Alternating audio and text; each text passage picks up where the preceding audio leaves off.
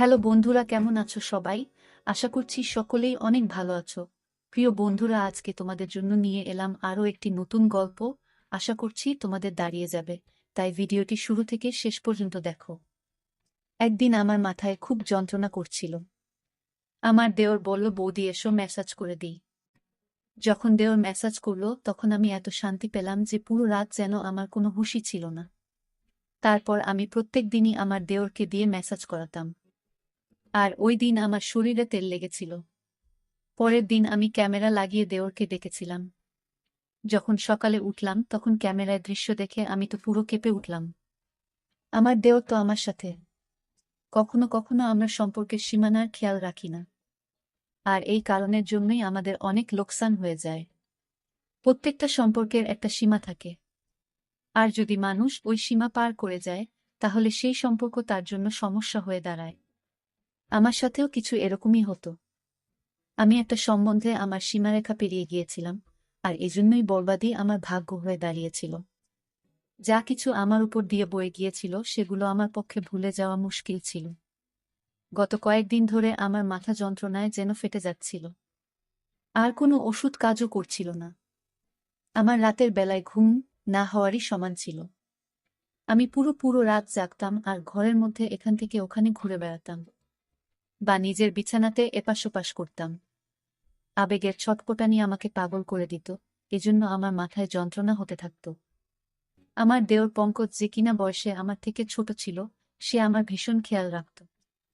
আর আমরা দুজনে বেশ ভালোই মিশতে পারতাম। আমি ভুলেই গেছিলাম যে দেওর আর বৌদির সম্পর্ক ঠিক কিরকম হয়।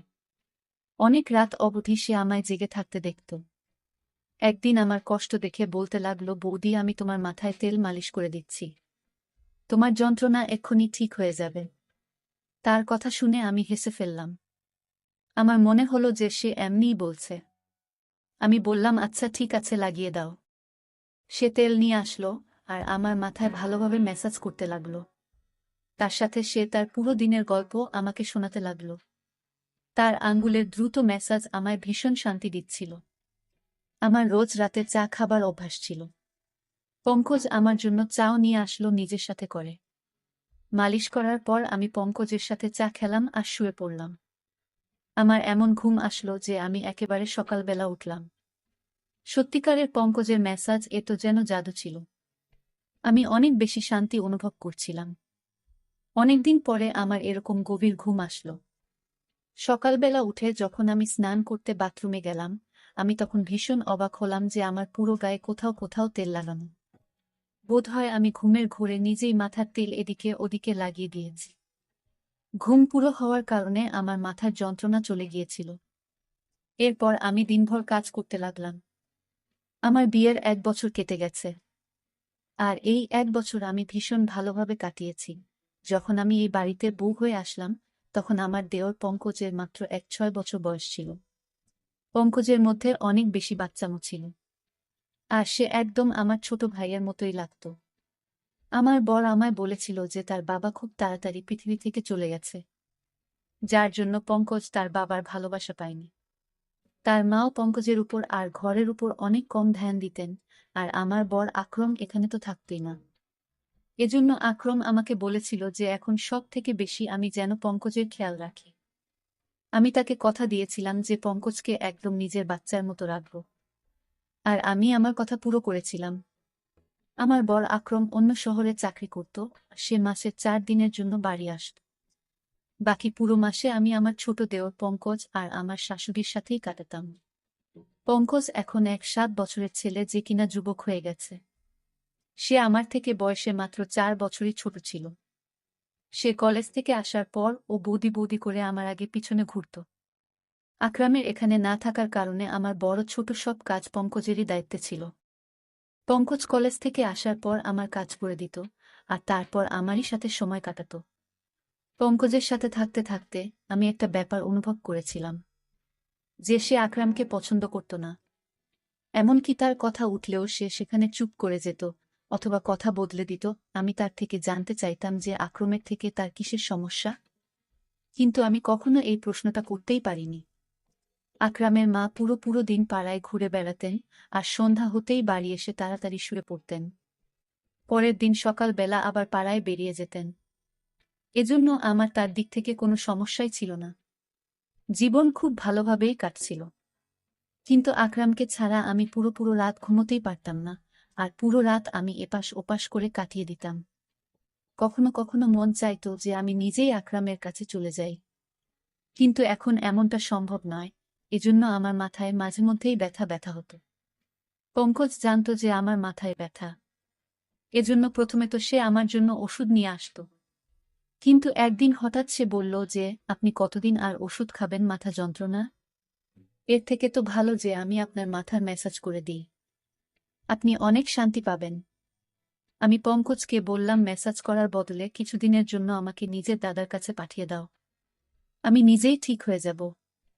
আমার কথা শুনে পঙ্কজ বলতে লাগলো, যদি আপনি চলে যান তো আমার কি হবে? আমি তো আপনাকে ছাড়া থাকতেই পারি না। তার কথা শুনে আমি জোরে জোরে হাসতে লাগলাম। সে আমার সাথে এভাবেই কথা বলতো। সত্যিই পঙ্কজের সাথে থেকে আমার একটা অভ্যাস হয়ে গিয়েছিল তার। আমরা দুজনে মাঝে মধ্যেই ঘুরতে বাইরে চলে যেতাম। সে রাতের বেলা আমার জন্য আইসক্রিম নিয়ে আসত, আর আমরা দুজন মিলে রাতভর একসাথে সিনেমা দেখতাম। আমি পঙ্কজের সাথে কেনাকাটা করতে যেতাম। তখন সে আমাকে অনেক মডার্ন আর ফ্যাশনেবল জামা কাপড় কিনতে বাধ্য করত। ঘরের মধ্যে তো সে আমাকে ওড়না গায়ে দিতেও দিত না। আমি যখনই ওড়না নিয়ে কাজ করতাম তখন সে আমার গায়ের ওড়না টেনে একদিকে ফেলে দিত। সে বলতো, আপনি এটা এত গরমের মধ্যে কি করে পরে কাজ করেন? সে প্রত্যেকটা কথায় আমার অনেক বেশি চিন্তা করত। সে হালকা রঙের জামা কাপড় পরতে বেশি পছন্দ করত। এই জন্য আমি যখনই তার সাথে বাজারে যেতাম তখনই সে আমার জন্য হালকা রঙের কাপড় পছন্দ করত আর কেনাত। আর তার সেলাইও ভীষণ ফ্যাশনেবল ভাবে করিয়ে আনত। আমার জামা কাপড়ের ব্যাপারে তার অনেক রুচি ছিল। আমি প্রায়ই তাকে বলতাম যে তার বুতো যে তার বর তাকে পছন্দমতো জামা কাপড়ের ডিজাইন বানিয়ে দেবে। আমার কথা শুনে সে বলতো যে, আপাতত আপনি ভীষণ সৌভাগ্যবতী যে আমি আপনার জন্য এত মেহনত করি। আর সত্যিই আমি অনেক সৌভাগ্যবতী ছিলাম, কেননা আমাকে সে কখনো কোনো কাজের জন্য না বলতো না। সে আমার অনেক জামা কাপড়েই ডিপ করে ডিজাইন দেওয়া গলা বানাত, বড় বড় পিঠের ডিজাইনও বানাত, যেগুলো মাঝে মধ্যেই আমার কোমর পর্যন্ত চলে যেত। আর কামিজ এতটাই টাইট ফিটিং হতো যে কখনো কখনো তো নিঃশ্বাস নিতেও আমার কষ্ট হতো। কিন্তু পঙ্কজ এরকম জামাকাপড় ভীষণ পছন্দ করত। আমি ওকে আমার বাচ্চার মতো করে রাখতাম। এই জন্য কখনোই তার পছন্দের জামা কাপড় পরার জন্য আমি না করতাম না। হালকা গোলাপি রঙের জামাকাপড় পরে আমি একদিন রান্নাঘরে কাজ করছিলাম। অনেক বেশি গরম ছিল সেদিন, আর আমার পুরো শরীর ঘামে ভিজে যাচ্ছিল, যার জন্য আমার জামা কাপড়ে যেন আমাকে পুরোপুরি দেখা যাচ্ছিল। আর আমি ওড়না ছাড়া তাড়াতাড়ি খাবার তৈরিতেই মগ্ন ছিলাম। তাই হঠাৎই যখন সে পেছন দিক থেকে চলে আসলো আর আমাকে দেখে বলতে লাগলো, আজকে তো আপনি ভীষণ হট লাগছেন। ওর এই কথায় আমি লজ্জা পেয়ে গেলাম, আর তাড়াতাড়ি আমার ওড়না খুঁজতে লাগলাম। তখনই সে বলতে লাগলো যে, আমি তো মজা করছিলাম বৌদি, আপনি আরাম করে নিজের কাজ করুন। আর সে রান্নাঘর থেকে চলে গেল। আকরাম যখন আমার সাথে দেখা করতে আসতো তখন ওই কদিন পঙ্কজ আমার সাথে অনেক কম কথা বলতো, আর পুরো দিন সে পড়ার মধ্যেই মন দিত। আকরাম ভীষণ খুশি হতো যে পঙ্কজ অনেক মেহনত করে পড়া করছে। আর আমিও ওই দিনগুলো আকরামের সাথে এতটা মজে থাকতাম যে পঙ্কজের বদলে যাওয়া আমার চোখেই পড়ত না। আকরাম শুধুমাত্র 4 দিন আমার সাথে কাটিয়ে তারপর চলে যেত, আর তারপর পঙ্কজ আবার আমার সাথে আগের মতোই ব্যবহার করত। সে আমার ব্যাপারে অনেক জেদি ছিল। সে চাইতো সে আমাকে যা খুশি বলুক। ওর এক বন্ধুর ভাইয়ের বিয়ে ছিল, সে আমার পেছনেই লেগেছিল যে আমি যেন ওর সাথে যাই। প্রথমে তো আমি না বলে দিলাম, কিন্তু যখন দেখলাম যে সে দুঃখী হয়ে আছে তখন আমি সঙ্গে সঙ্গে হ্যাঁ বলে দিলাম। কিন্তু আমি এটাই ভাবছিলাম, সে তার বন্ধুর ভাইয়ের বিয়েতে আমি গিয়ে কি করব। কিন্তু ওখানে গিয়ে আমি ভীষণ অবাক হলাম। ওর সমস্ত বন্ধুরা আমাকে ভীষণ ভালোভাবেই জানত, আর এমনভাবে আমার সাথে কথা বলছিল যেন আমরা অনেকবার দেখা করেছি। ওরা বলল, সব সময় পঙ্কজ আপনার কথাই বলতে থাকে, আর সে আপনার ভীষণ প্রশংসা করে। তারা সবাই আমার সাথে আবার দেখা করার জন্য জেদ করতে লাগলো, ইচ্ছা প্রকাশ করতে লাগলো। ফেরার সময় আমি পঙ্কজকে বললাম যে তুমি তোমার বন্ধুদের আমার ব্যাপারে কি কথা বলেছ যে সবাই আমাকে এত ভালোভাবে চিনেছে। পঙ্কজ বলতে লাগলো যে আপনি তো আমার সবকিছু, আমি তো সবসময় আপনার কথাই বলতে থাকি। ওই সময় পঙ্কজের কথার মানে আমি বুঝতে পারিনি, কিন্তু যেদিন আমি তার ওই কথার মানে বুঝতে পারি, আমার পায়ের তলা থেকে মাটি সরে গিয়েছিল। পঙ্কজ রোজ রাতে আমার মেসেজ করত, আর আমি আরাম করে ঘুমিয়ে যেতাম, কিন্তু যখন আমি আমার গায়ে পরের দিন জায়গায় জায়গায় তেলের দাগ দেখতাম, অবাক হয়ে যেতাম। আর এই জন্যই একদিন আমি ঘরের মধ্যে ক্যামেরা লাগালাম আর পঙ্কজকে দিয়ে মাসাজ করাতে লাগলাম। ম্যাসাজ করানোর কিছুক্ষণের মধ্যেই আমি প্রত্যেকবারের মতো ঘুমিয়ে পড়লাম, আর সকালবেলা উঠে যখন ক্যামেরার রেকর্ডিং দেখলাম তো আমার নিঃশ্বাস প্রশ্বাস যেন বন্ধ হয়ে যাচ্ছিল। আমি ভাবতেও পারিনি যে পঙ্কজ আমার সাথে এরকম করতে পারে।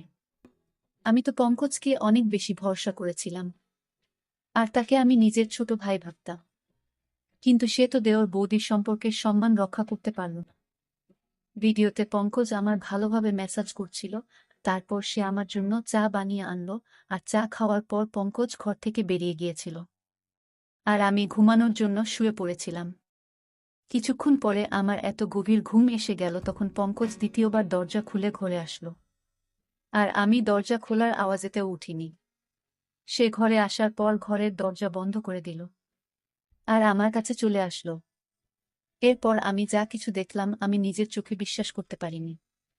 পঙ্কজ কিছুক্ষণ তো চুপচাপ বসেছিল, আমাকে সে দেখছিল। এরপর সে নিজের আঙ্গুল দিয়ে আমার চেহারা ছুঁতে লাগল। সে তার মোবাইল ফোন বের করে আমার অনেক ফটো তুলল, আর তারপর সে আস্তে আস্তে আমার শরীর থেকে কামিজ সরালো।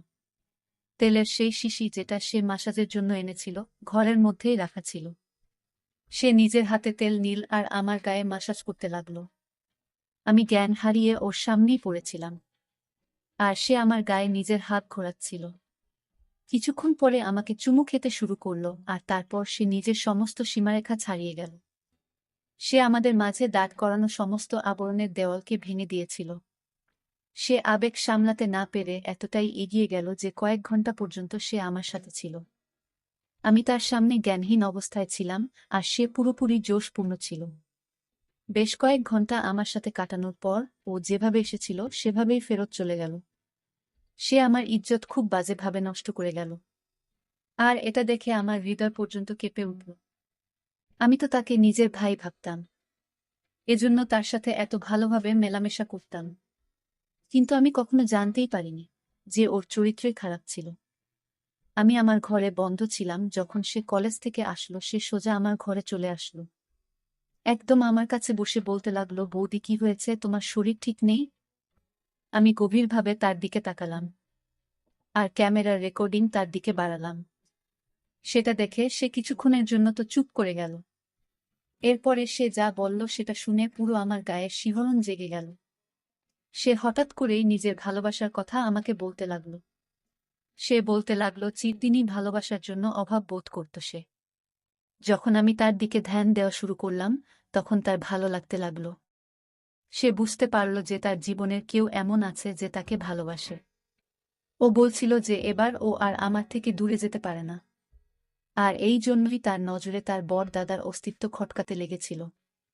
যখনই আকরাম আসত সে নিজেকে ঘরের মধ্যে বন্ধ করে দিত, কেননা আমাদের দুজনকে সে একসাথে দেখতে চাইত না। আকরামকে তো সে এভাবেই প্রথম থেকেই ঘৃণা করত, কেননা আকরামের বাবা আকরামকে অনেক ভালোবাসত, আর মরার আগে উনি এই ঘরটাও আকরামের নামে লিখে দিয়েছেন। আমার আর আকরামের সঙ্গ তার হৃদয়ে কাটার মতো বিঁধত। তাই যখনই আমার জন্য সে কেনাকাটা করত সে ইচ্ছে করেই আমার জন্য এই ধরনের জামা কাপড় কেনাতো যাতে আমাকে সে পরিষ্কারভাবে দেখতে পারে। সে হালকা রং পছন্দ করত না, বরং হালকা রঙের মধ্যে দিয়ে উকি দেওয়া আমার দেহাকর্ষণ তাকে আকৃষ্ট করত। সে বলতো যে সে সৌন্দর্যে আহত হয়েছে, সে শুধু আমাকে পেতে চাইত। সে নিজের আবেগকে কাবুতে রাখতে পারছিল না যখন সে আমাকে রাতভর জাগতে দেখত। এই কথাটা তাকে ভীষণ অস্বস্তিতে ফেলত যে আমি তার দাদার কথা ভেবে জেগে আছি। ওর ইচ্ছা ছিল আমি যেন তার জন্য জেগে থাকি আর জীবনভর যেন তার সাথে থাকি। সে নিজের দাদার থেকে আমাকে আলাদা করতে চেয়েছিল আর নিজের কাছে আনতে চাইত। এই জন্য সে আমার ম্যাসাজ শুরু করে যাতে আমি শান্তি পাই, আর সে আমার চায়ে ঘুমের ওষুধ মিশিয়ে আনত। আর যখন তার বিশ্বাস হতো যে আমি গভীরভাবে ঘুমিয়ে গিয়েছি তখনই সে আমার ঘরে চলে আসত আর নিজের পিপাসা মিটিয়ে চলে যেত। সে নিজের বন্ধুদেরও ওই কথাটা বলেছিল যে সে আমাকে ভালোবাসে, আর ওর বন্ধুরাই ওকে এই ধরনের পরামর্শ দেয়। পঙ্কজ আর তার বন্ধুরা বয়ঃসন্ধির দরজায় উপস্থিত ছিল। এই জন্য তারা ঠিক আর ভুল কি সেটা বুঝতে পারত না। আমার ইজ্জত নিয়ে বসেছিল সে। পঙ্কজের কথা শুনে তো আমার চোখ দিয়ে জল বেরিয়ে আসল। সে এই সমস্ত করে ফেলেছিল, আর আমি ছিলাম তার দাদার বউ। আর সে আমার বিছানা পর্যন্ত এসে গেছিল। আমি লজ্জায় জল হয়ে যাচ্ছিলাম। আমি ঘৃণায় পঙ্কজের দিকে তাকালাম। তখন সে আমার পায়ের কাছে বসে পড়ল আর বলতে লাগল সে শুধু আমাকে ভালোবাসে আর আমার ঘৃণা ওকে মেরে ফেলবে। বাবার ছেড়ে চলে যাওয়ার সাথে সাথে সে নিজের মায়ের অদ্ভুত ঔদাসীন্য সহ্য করতে পারেনি। সে বলতে লাগল তার মাও কখনো তার আবেগ আর তার ইচ্ছের খেয়াল রাখত না। তার বদলে তার মা গোটা পাড়ায় ঘুরে বেড়াত, আর তাই সে পুরোপুরি একাকিত্বের শিকার হয়েছিল। যখন আমি এই বাড়িতে আসলাম তখন তার একাকিত্ব দূর হল, সে নিজে নিজেই আমার সাথে মিলেমিশে গিয়েছিল। আমি পঙ্কজকে ধাক্কা দিয়ে আমার পায়ের কাছ থেকে সরিয়ে দিলাম। আমি তার মুখও দেখতে চাইছিলাম না। সে আমার সাথে যা করেছে আমি তাকে কখনোই ক্ষমা করতে পারতাম না। আমি জানতাম এতে পুরো ভুল পঙ্কজের ছিল না। সে সত্যিই সম্পর্কের জন্য মরে যাচ্ছিল, আর আমাকে পেয়ে সে সীমানা ভুলে গিয়েছিল। আর আমিও তাকে কখনো ঠিক আর ভুল কোনটা তা বলিনি। সে যখনই আমার জন্য জামা কাপড় সেলাই করাতো তখন আমি সেটা ওর পছন্দ ভেবে মেনে নিতাম। আমি ওড়না ছাড়াই তার সামনে ঘরে ঘুরে বেড়াতাম। আমি তাকে নিজের ছোট ভাই অবশ্যই ভাবতাম, কিন্তু বাস্তবে সে তো আমার ছোট ভাই ছিল না। তার আর আমার সম্পর্ক ছিল দেওর বৌদির। আর আমি এই ব্যাপারটাই খেয়াল করিনি। আজকালকার দিনে যেখানে 1-3 বছরের বাচ্চাও পুরো সব কথাই জানতে পারে, আমি কি করে ভেবে নিলাম যে আমার 7 বছরের দেওর একটা ছোট বাচ্চা হবে। আমি তাকে বললাম এটাই ভালো হবে যে তুমি আমার থেকে দূরত্ব বজায় রাখো, আর আমাকে নিজের চেহারাও দেখাবে না। আমার পক্ষে এবার তার সাথে একই ছাদের নিচে থাকা মুশকিল হয়ে গিয়েছিল। সে বলতে লাগল যে এই কথাটা যেন তার দাদাকে আমি না বলি। আমার মধ্যে তো নিজে থেকেই এতটা ক্ষমতা ছিল না যে আমি আকরামকে এত বড় সত্যিটা বলবো। সে ভীষণ লজ্জিত ছিল, আর সে নিজের ঘরে চলে গেল। কিন্তু আমি নিজের নজরেই নেমে গিয়েছিলাম। আমি সঙ্গে সঙ্গে আকরামকে ফোন করলাম। তাকে বললাম আমি এবার তাকে ছাড়া থাকতে চাই না। হয় সে নিজে এখানে চলে আসুক, আর না হয় আমাকে তার কাছে ডেকে নিক। আমার কথা শুনে আকরাম প্রথমে তো অবাক হয়ে গেল যে আমার হঠাৎ করে কি হলো। কিন্তু যখন আমি বারবার বলতে লাগলাম তখন সে বলল সে তাড়াতাড়ি আমাকে তার কাছে ডেকে নেবে। সে কিছু সময় চাইছিল যাতে আমার থাকার সে ব্যবস্থা করতে পারে, আর নিজের মায়ের সাথেও সে সেই ব্যাপারে কথা বলবে। আমি আকরামকে বললাম যে সে 1-5 দিনের ভেতরে যেন আমাকে ডেকে নেয়, না হলে আমি চিরজীবনের জন্য ঘর ছেড়ে চলে যাব। আকরাম আমাকে কথা দিল যে সে 1-5 দিনের মধ্যেই আমাকে নিজের সাথে নিয়ে যাবে। আমি এই 15 দিন নিজেকে ঘরের মধ্যে বন্ধ করে কাটিয়েছি। আমি সেসব পুরোপুরি ভুলে যেতে চাইতাম। আমার শাশুড়ির এখনো পর্যন্ত ঘরের সম্পর্কে কোনো হুঁশ নেই। তার নিজের ঘরের থেকে বেশি পাড়ার চিন্তা থাকে। যদি সে অন্যের খোঁজে না থেকে নিজের সন্তানের খেয়াল রাখত তাহলে পঙ্কজ এরকম করত না। সে শিকার হয়ে নিজের রাস্তা থেকে হারিয়ে গিয়েছিল। প্রত্যেকটা সম্পর্কের একটা সীমা থাকে, আর আমি আমার আর পঙ্কজের সম্পর্কের সেই সীমাটা ভুলে গিয়েছিলাম। আর আজকে তারই ফল আমাকে ভোগ করতে হচ্ছে। আমি আমার সমস্ত পুরনো জামা কাপড় জ্বালিয়ে দিয়েছি। এবার আমি বুঝতে পেরেছি যে আমি এই বাড়িতে একজন বাইরের মানুষের সাথে আছি, আর আমাকে নিজেকে এবার থেকে আড়ালে রাখতে হবে। কখনো কখনো আমরা অনেক ব্যাপার ছোট ভেবে নিই, কিন্তু সেগুলো এতটাও ছোট হয় না যতটা নজরে মনে হয়। আজ আমি আমার ওড়নার দামের কথা অনুভব করলাম, যে সেটা কত দামি, যখন কিনা আমি প্রায় ধ্বংস হয়ে গিয়েছি। যারা এই গল্পটি শুনছেন আপনাদেরকে আমি এটাই বলতে চাই যে নিজেকে সাবধানে রাখুন। ধন্যবাদ বন্ধুরা গল্পটি শোনার জন্য।